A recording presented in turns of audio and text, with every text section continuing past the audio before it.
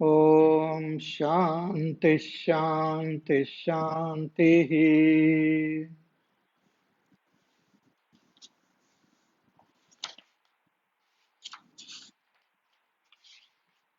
We shall chant the mantras from mantra number 4. Anejadekam manaso javiyah नैनद्देवा आप्नुवन् पूर्वमर्षत् तद्धावतोऽन्यानत्तेति तिष्ठत तस्मिन्नपो मातरिश्वा दधाति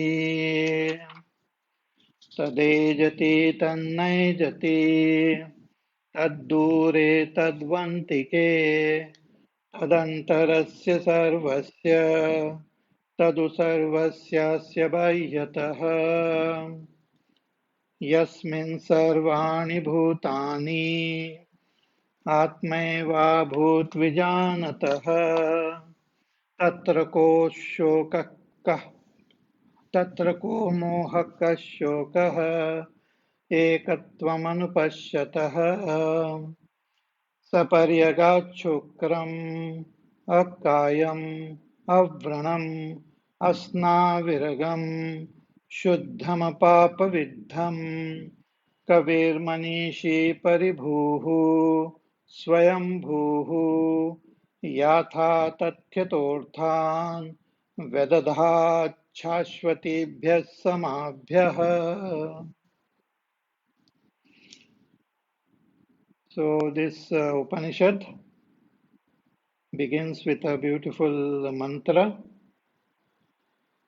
guiding those who have gained self-knowledge, guiding them on the path of Jnana Nishtha or Nididhyasan. And those who have not gained this self-knowledge, those who are ignorant, the Shastra advocates the path of karma. Kurvanneveha karmani jijivishet shatakam samaha. Those who want to live for 100 years identified with their body, they should perform karma and live. Thereafter, in many mantras, the Upanishad indicates that Atma, gives that Atma Vidya, that Atma which is by its own nature doesn't change, its nature never changes, it's all pervading, and it is in the very presence of that Atma, the whole, all the activities in this world happens, all the different beings, they perform their respective karma.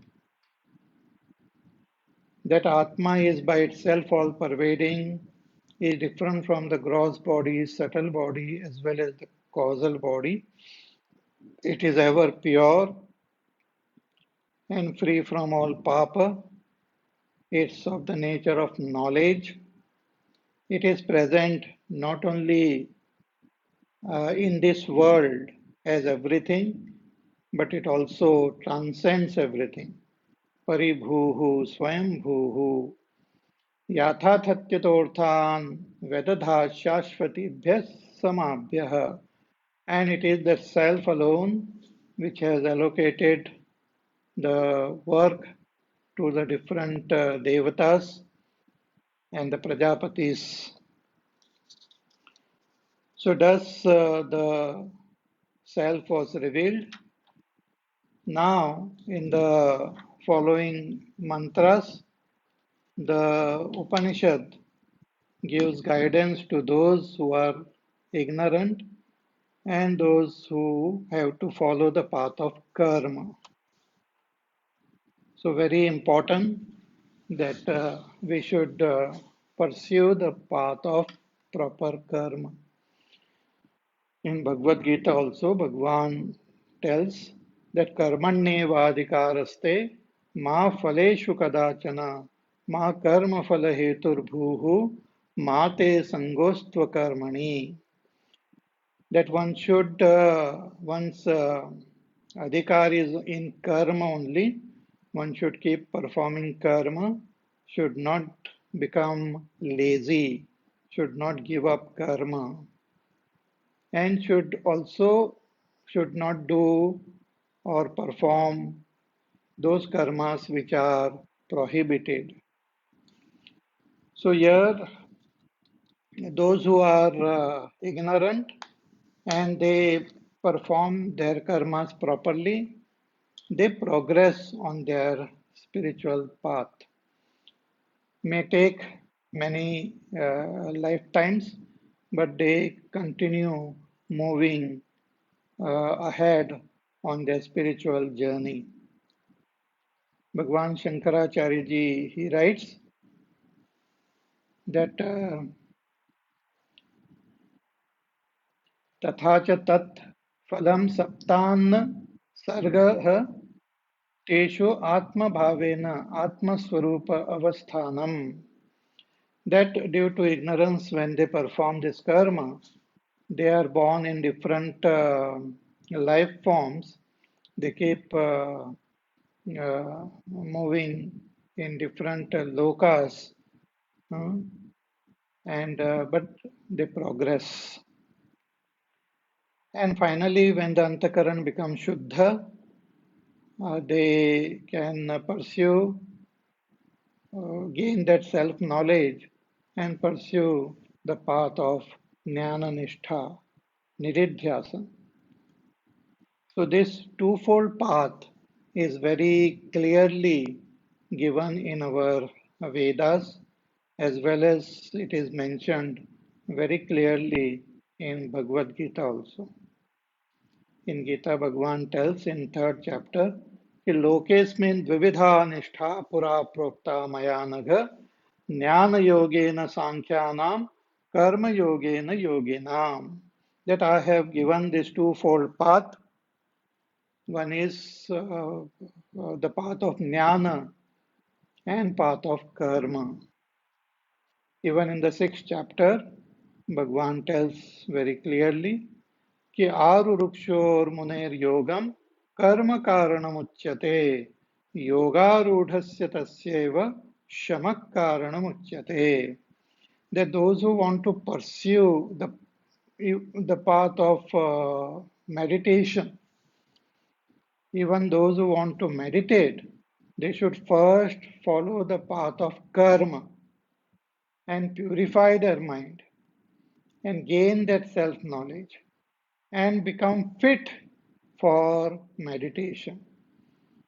Become arud, yoga rood. And once we become fit for meditation, then one should drop all karma and meditate and gain that self-realization. So this is very, very clearly mentioned in all of our Shastra. But the path of karma also should be followed properly with proper guidance. See, we are influenced by our desires, and our desires prompts us into different types of actions. But all our desires are born from ignorance. When we are unaware of our own self, when we don't know the nature of our own self as Satchidananda, we desire happiness in the world.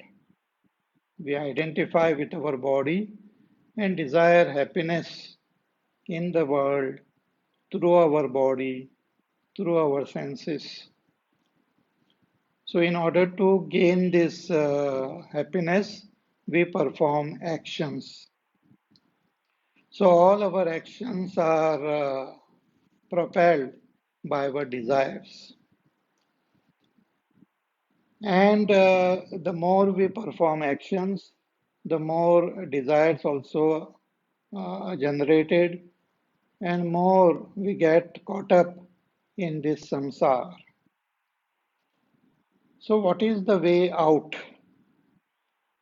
The scriptures, they tell us that okay, you you perform actions, but try to first limit your actions and limit your desires. So how to limit my actions? The Shastras, they tell us that perform only those actions which fall under your duties, which are within your duties. Those actions alone you perform. Don't indulge in all those activities which are not within the scope of your duties. So that is the way to limit our actions with effort, with force. We have to drop all nishiddha karma. Nishiddha karma means prohibitory actions, which are what you call against the values which are taught in our shastras, like ahimsa, satyam, asteya, brahmacharya, aparigraha. These are important values which are taught. So one should drop all actions which are against these values. One should drop actions which involve hinsa. One should drop all actions which involve lying or cheating. One should drop actions which involve stealing. One should drop actions which involve too much of indulgence in sense pleasure, and should drop actions which involve accumulating too much of things, hoarding. Too much of hoarding things should be avoided, should be dropped. And one should perform actions which are within the scope of our duties. And duties are indicated in our Shastras based on our Varna, Ashrama, and gender. uh, Based on whether we are Brahmana, Kshatriya, Vaishya, Shudra, whether we are Brahmachari, Grahastha, Vanprastha, Sannyasi, whether we are Stri or Purush. The various duties are assigned to us by the Shastras, so we should perform those duties. So when we do those duties, even when we fulfill our desires, we should fulfill them within the scope of our duties. Then we will progress. And as we progress, the scripture start giving us subtler and subtler sadhana so that we progress much further and gain that liberation. Because the purpose of the main aim of our shastras is to lead us towards moksha. So when we perform ordinary, when we perform desire prompted prohibitory actions, we get bound. But when we perform actions which are within our duties, then it helps to purify our antakaran also. So one is the karma which we have to perform, and another thing which will help us to progress on our path is to gain proper knowledge. And in the beginning, one should gain knowledge about karma, and these karmas are dedicated to the devatas. So one should also gain the knowledge of the devatas. So more and more we gain this knowledge of the devatas, and more we perform these karmas within our duties properly, the more we will progress.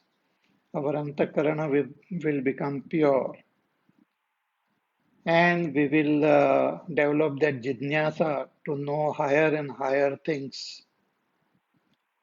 Thereafter, the Shastra guides us on the path of Upasana. And on this path of Upasana, there are these two types of Upasanas which are mentioned, the Vyakta Upasana and the Vyakta Upasana, or the Upasana of the Vyakta, that which is manifest, and the Upasana of that which is unmanifest.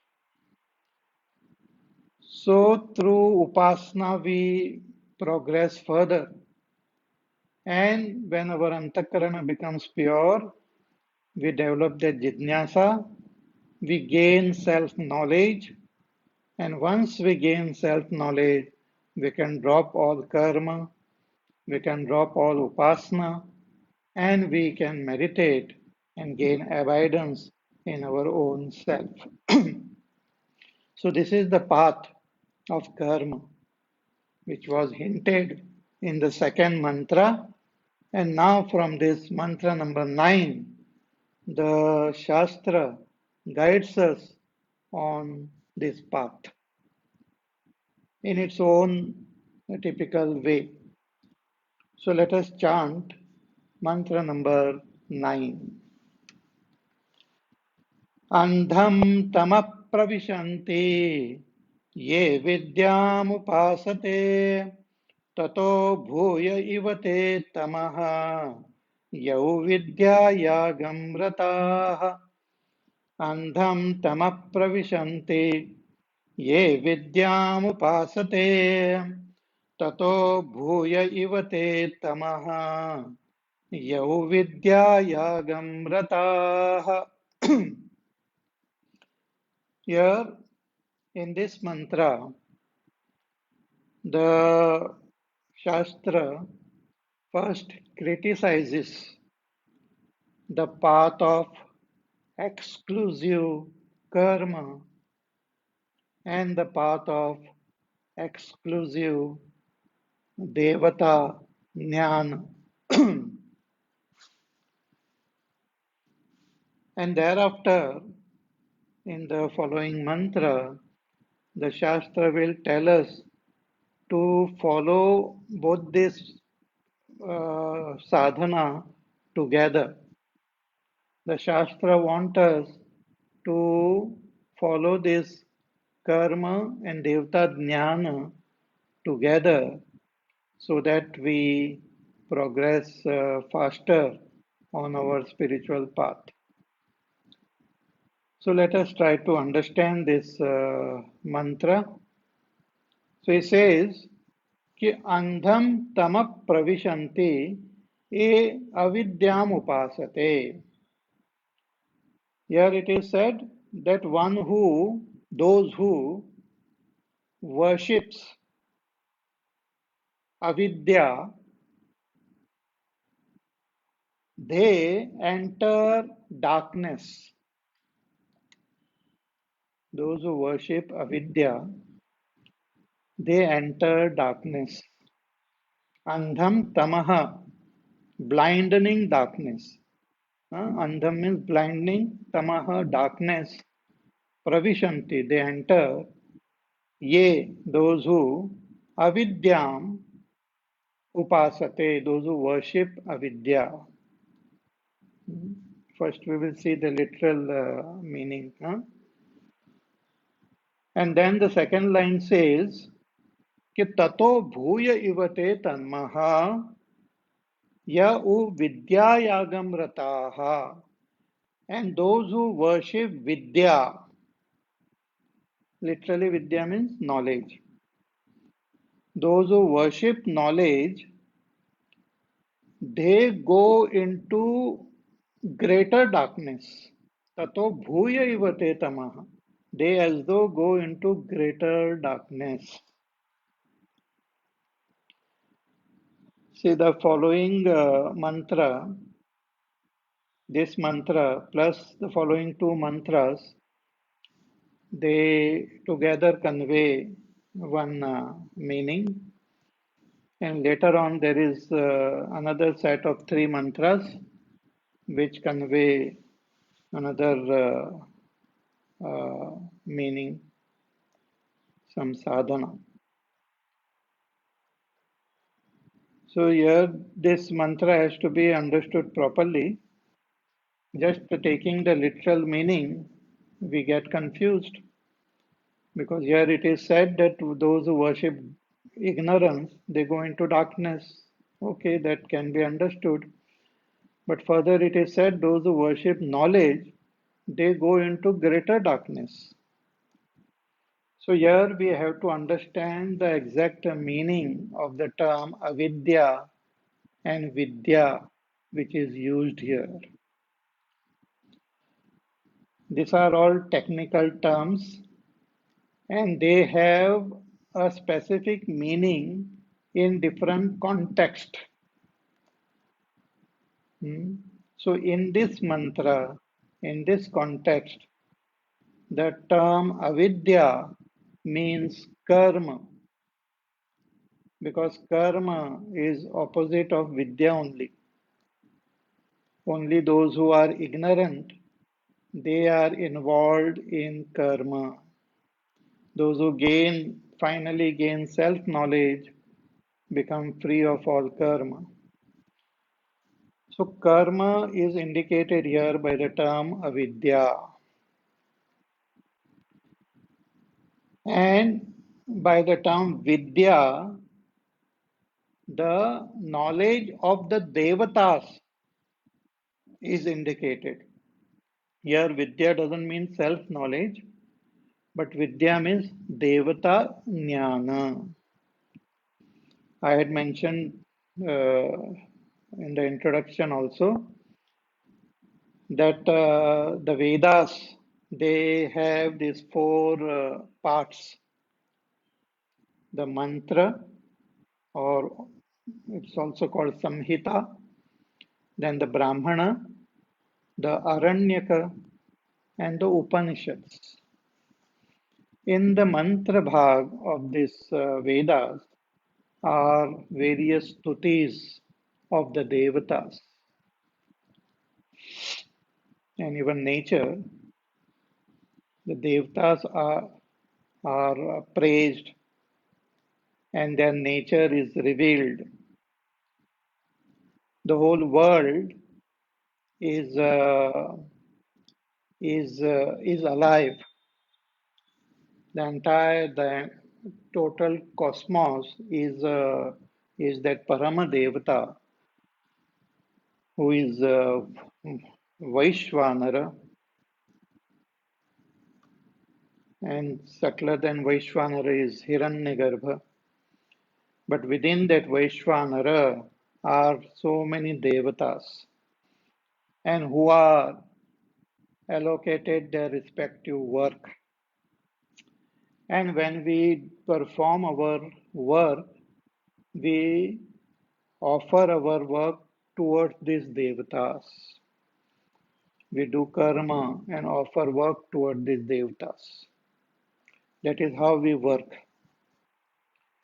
Human beings, when we live in this on this earth, we constantly interact through our action with these devatas, with Akash, Vayu, Agni, Jal, Prithvi, and the subtler devatas with subtler bodies. We are constantly interacting with them. See, even from a totally uh, gross standpoint, worldly standpoint, if you see your own life, constantly we need support of these devatas. For example, air. You can't live without air. We breathe air. We need fresh air. We suffocate if the air is polluted. So constantly we require the blessings of air. So air is a devata, Vayu devata. And through our yajna, through our upasana, we are worshipping them. When we do this regular ritual also, it helps to purify the environment, and that is part of the ritual, that we should not pollute the outer environment. So Vayu Devata should not be polluted with any of our karma. Then Agni Devata should not be polluted with any of our karma. Agni Devata also is constantly, its blessings are required for our livelihood. Our food is cooked in fire. We get warmth from fire. Our food get digested because of fire which is there within our body. So fire Devata has to be worshipped properly. Then water Devata, water we need for our livelihood. Though the earth is covered with lots of water, but lot of this water is salty. Only a fraction of the proportion of water on earth is non-salty and can be drunk, can be consumed. So the rivers are there, lakes are there, they are all devatas. And worshipping them is to taking care of them. Worshipping doesn't mean you throw flowers into the lake or throw some garbage in the river or worship the devatas, make idols of plaster of Paris and just dump them in the river. That is not called worship. Worshipping is honoring, respecting, offering our reverence, and keeping these devatas free from our human pollutions. So, air, fire, water, and earth devata. So, in our daily ritual, we are worshipping these devatas. We are worshipping the devatas which are expressing in the animal, birds, plants, in the forest. Forest is also a devata. Lot of these trees are devatas. So the karma which is performed honoring these devatas. So we should know these devatas. What are their glories? That is revealed in the mantra bhag of the Vedas. Since nowadays in modern times we are not in touch with the Vedas, we don't appreciate the presence of these devatas also.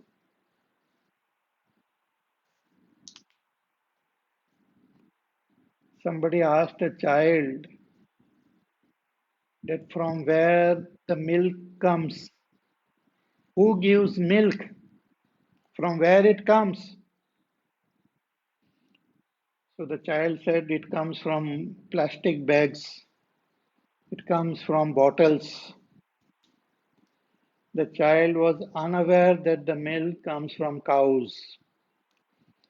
The more and more we stay away from animal, birds, plants, nature, the less and less we understand them and less we are tuned with them.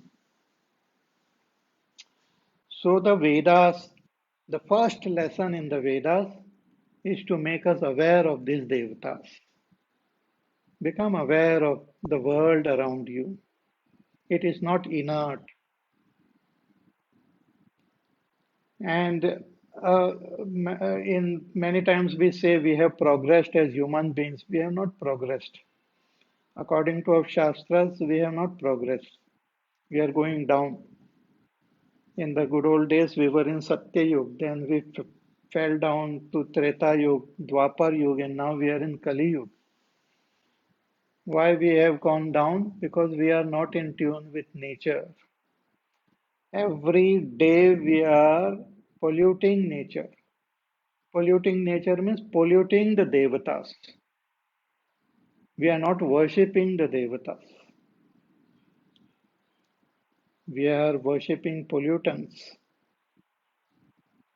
If you just become aware, if you read and understand what is happening in the world,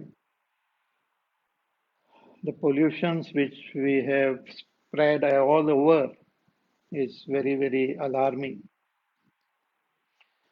So the mantra bhag of the Vedas teaches about the devatas, which we should know. And the Brahmana bhag of the Vedas teaches how to worship these devatas, the karma, how to worship these devatas. Simple rituals, worship the rivers, worship the land, worship trees, worship birds, animals, plants. Many people think that, oh, these people are foolish. They are, they are, they are having old, outdated ideas.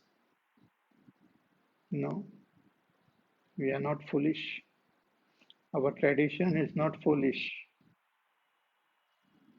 The more we go away from our tradition, the more we become foolish and we destroy ourselves.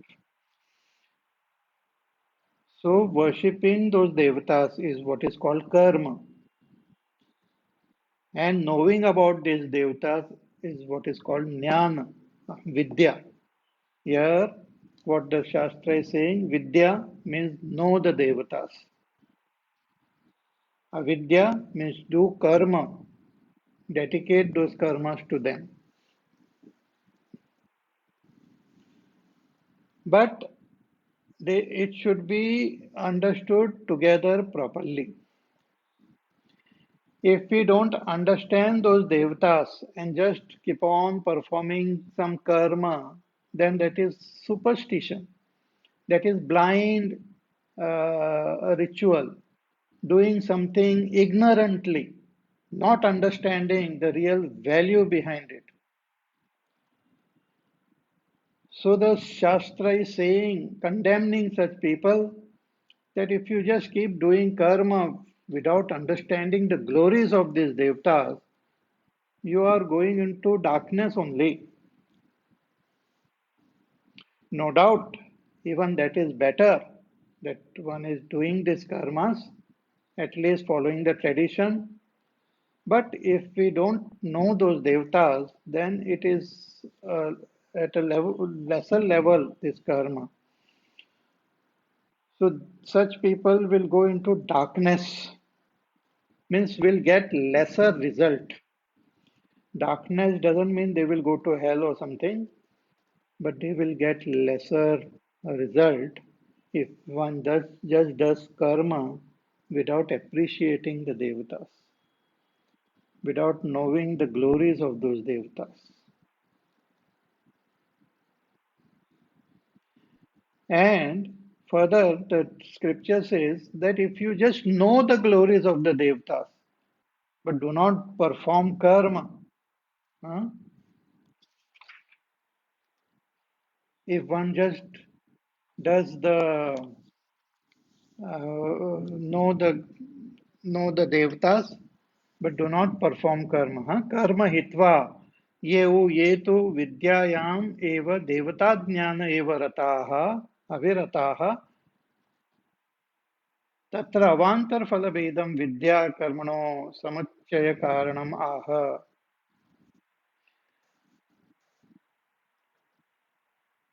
ततः तस्मात् आत्म तमसः भूय इव बहुतरम् एव ते तमः प्रविशन्ति. Those who just gain knowledge of the devatas but don't offer karma, don't offer worship, means theoretically know all the beauty of this world but doesn't put forth any effort, doesn't actually work to worship these devatas. It's like somebody praising the river, oh, such a wonderful river, but then throws garbage into the river. So they appreciate the beauty of the river, but at the same time they're throwing garbage in the river. So such people will go into greater darkness because even knowingly, even after knowing the glory, they are doing such harmful activities, they will go into greater darkness. See, if one does karma as guided by the Shastra, the result of this karma, Vedic karma, like Agnihotra, Yajna, huh? When one does this karma as guided by the Vedas, then the result of this karma is that after that a person goes into Pitrulok, a higher world. This world in which we are living is called Martelok, a world of mortality. But when a person has done proper karma and he dies, then he goes to Pitrulok. And a person who had gained the knowledge of the Devatas, who has gained the knowledge of the Devatas, then such people go into Devalok, Swargalok. Hmm. But if the karma is done without proper reverence for the Devatas, or one has got the knowledge of the Devatas without performing karma, then that leads to lesser result into darkness only. So that is what is revealed here. The the separate uh, practice of only karma without proper devta jnana or devta jnana without proper karma is criticized here because that is not what the Shastras want us to follow. Shastra want us to understand both these together and perform them together properly. Hmm. So that is what is revealed in the next mantra. The next mantra tells us the result of this karma and devta jnana, and the further mantra will tell us the result of performing these two practices together. So let us chant mantra number 10. Anyadevahuर्विद्यया अन्यदाहुरविद्यया इति शुश्रूमधीराणाम् येनस्तद्विचचक्षिरे अन्यदेवाहुर्विद्यया अन्यदाहुरविद्यया इति शुश्रूमधीराणाम् येनस्तद्विचचक्षिरे. The mantra, it says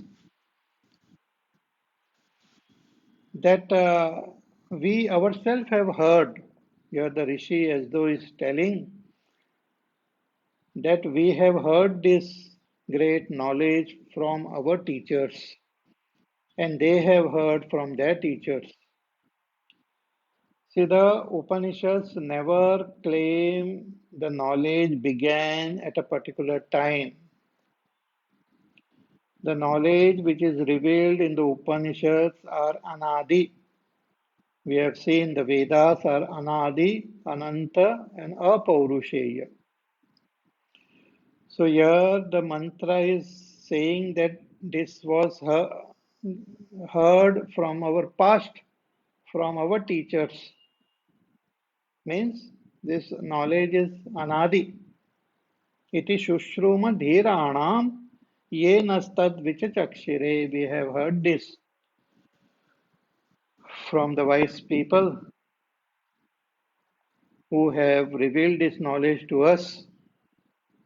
So what did you hear? He says, Anyat eva ahur vidyaya.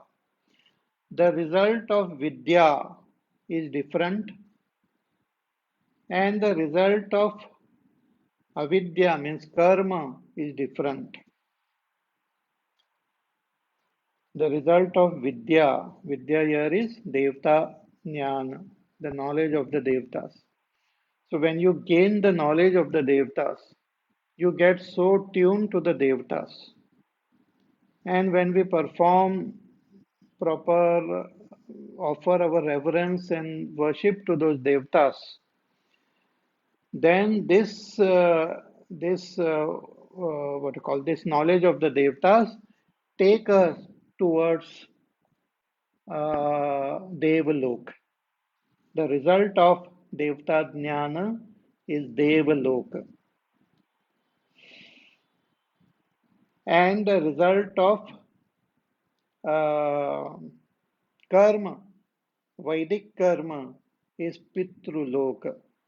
So Anyad eva ahur vidyaya and Anyad ahur avidyaya. The result of vidya is different and the result of avidya is also different.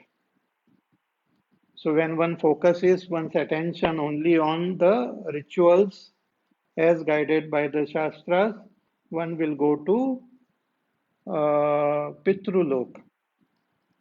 And when one focuses one's attention only on the Devata Jnana, then one will go to Devaloka because the results are different of this karma and the Devata Jnana. But now in the next mantra, the main guidance the teacher wants to give us is that follow this both these together properly. Karma and Devata Jnana should go hand in hand. That is samuchaya. There should be samuchaya of karma and Devata Jnana. So that is what is now conveyed in the next mantra.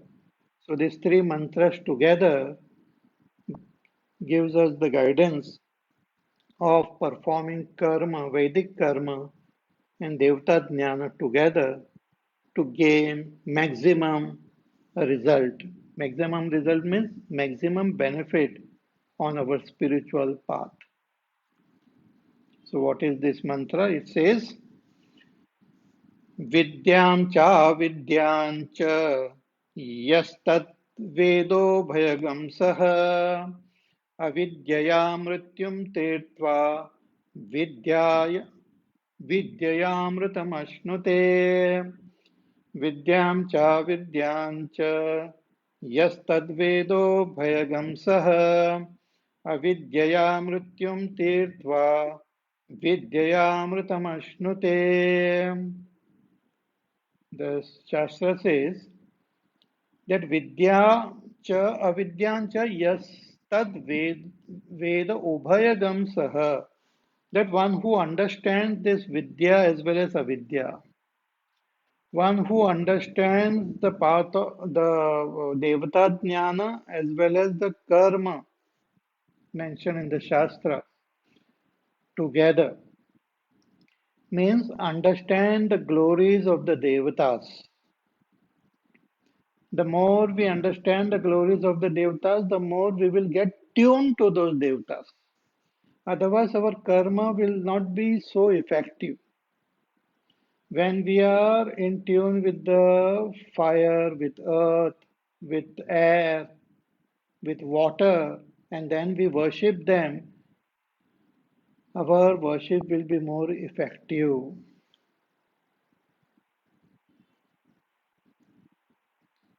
Otherwise, it becomes just superstition.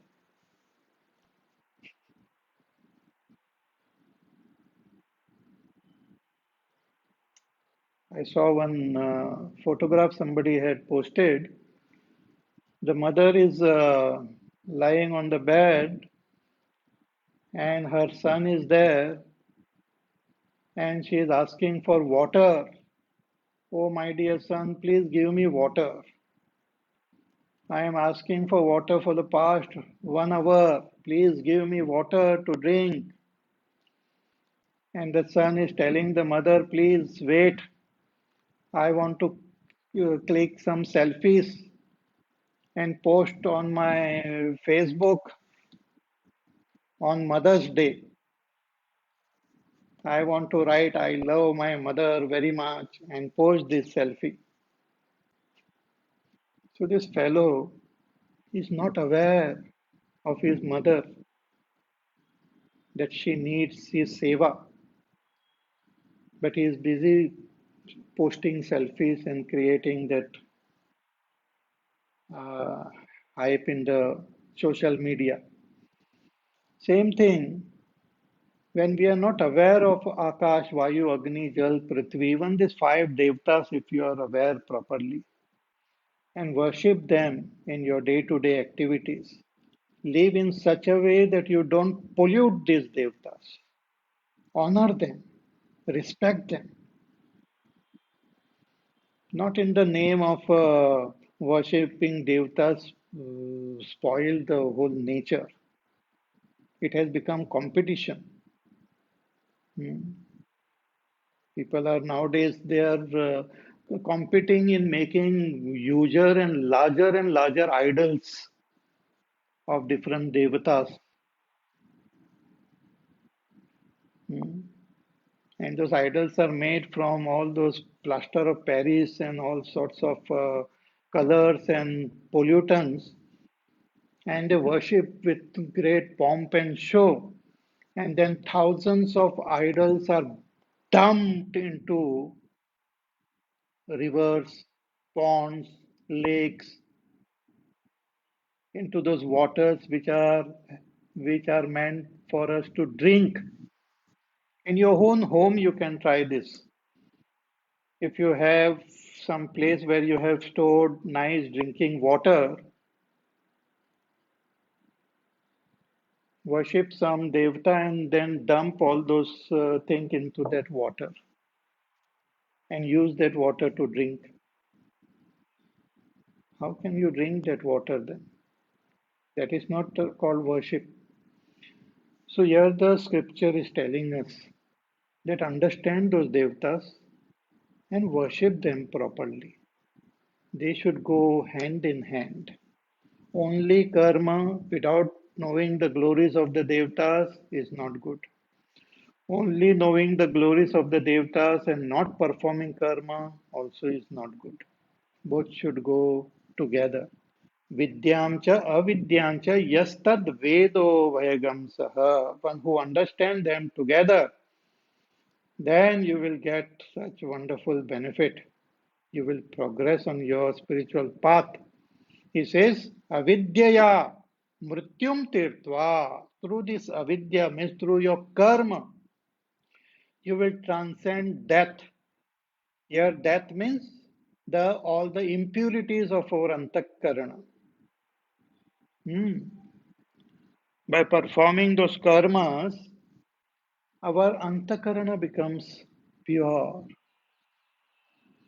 To have these impurities like kama, krodha, lobha, moha is like death only.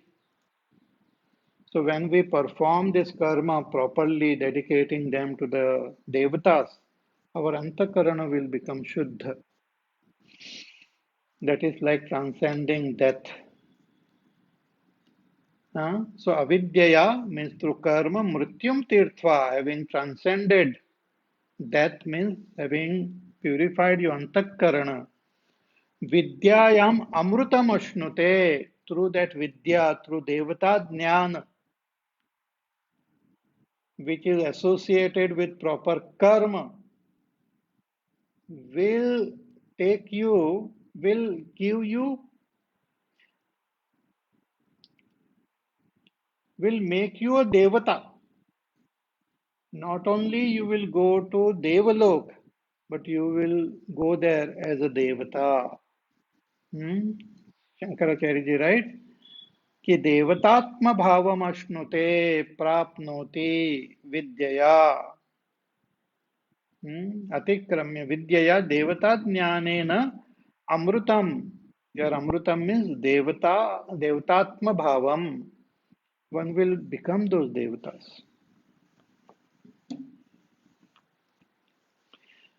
See, like for example, when we go abroad, we have to have the proper visa.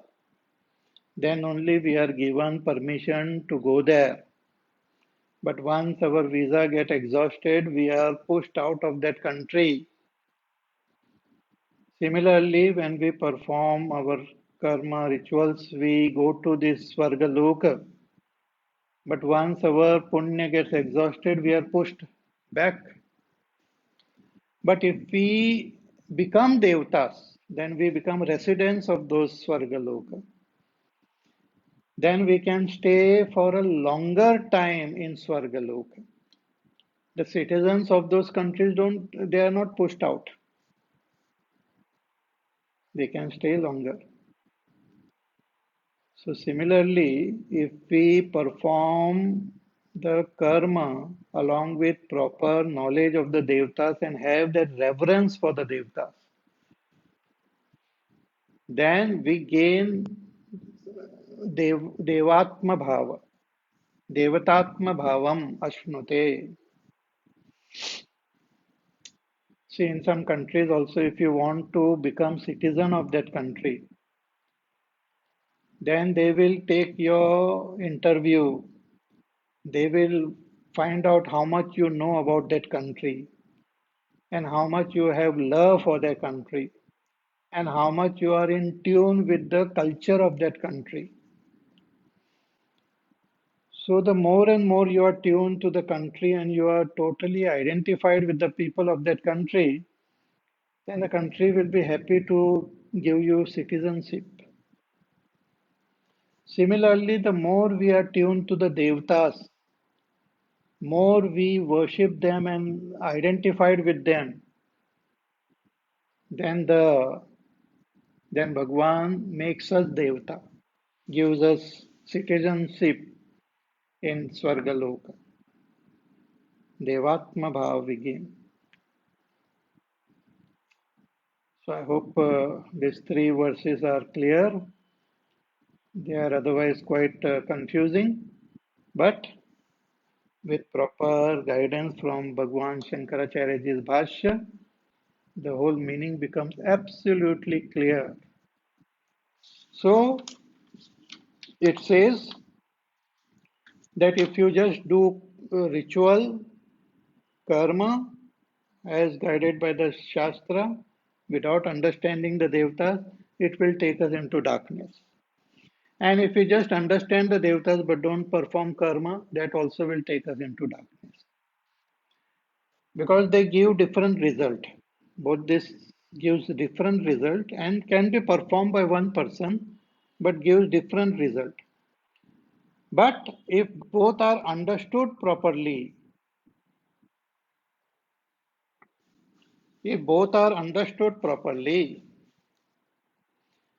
and together if they are performed, then one gets through karma we gain chitta shuddhi and through devata jnana we gain devatma bhav. So very beautiful. You listen, those who don't understand, you have to listen again and again. And still, if you don't understand, you should again listen to my Bhagavad Gita pravachans. Okay? Because the more you understand the Gita pravachans properly, it will become easier to comprehend what the Upanishads are saying. Because the Upanishads, what we have learnt in Bhagavad Gita is the essence of the Upanishads only. Only thing the style of Upanishads are slightly different. The language is different. So if you listen carefully, you will be able to comprehend. If it's difficult for you to comprehend, then listen again. एक बार समझ में नहीं आता है तो और सुनो. Keep on listening. Hmm? And finally, you will understand. More about this we will see in our class tomorrow. So here in these three verses, three mantras, the samuchaya, the confluence of karma and devata jnana was taught. Now in the following three mantras, the samuchaya of Vyakta and Avyakta Upasana will be taught. Okay? So that we will see in our class tomorrow. So till then, you take care, be happy, safe, peaceful, healthy. Do your work, do your sadhana, and we shall meet again tomorrow. Hari Om. Shri Ram Jaya Ram Jaya Jaya Ram Shri Ram Jaya Ram Jaya Jaya Ram Shri Ram Jaya Ram Jaya Jaya Ram Shri Ram Jaya Ram Jaya Jaya Ram Shri Ram Jaya Ram Jaya Jaya Ram Shri Ram Jaya Ram Jaya Jaya Ram Shri Ram Jaya Ram Jaya Jaya Ram Shri Ram Jaya Ram Jaya Jaya Ram Shri Ram Jaya Ram Jaya Jaya Ram Shri Ram Jaya Ram Jaya Jaya Ram Shri Ram Jaya Ram Jaya Jaya Ram Shri Ram Jaya Ram Jaya Jaya Ram Shri Ram Jaya Ram Jaya Jaya Ram Shri Ram Jaya Ram Jaya Jaya Ram Shri Ram Jaya Ram Jaya Jaya Ram Shri Ram Jaya Ram Jaya Jaya Ram Jaya Jaya Ram Jaya Jaya Ram बोलिए सियावर रामचंद्र भगवान की जय ॐ पूर्णमदः पूर्णमिदं पूर्णात् पूर्णमुदच्यते पूर्णस्य पूर्णमादाय पूर्णमेवावशिष्यते ॐ शान्ति शान्ति शान्तिः हरिः ॐ श्रीगुरुभ्यो नमः हरिः ॐ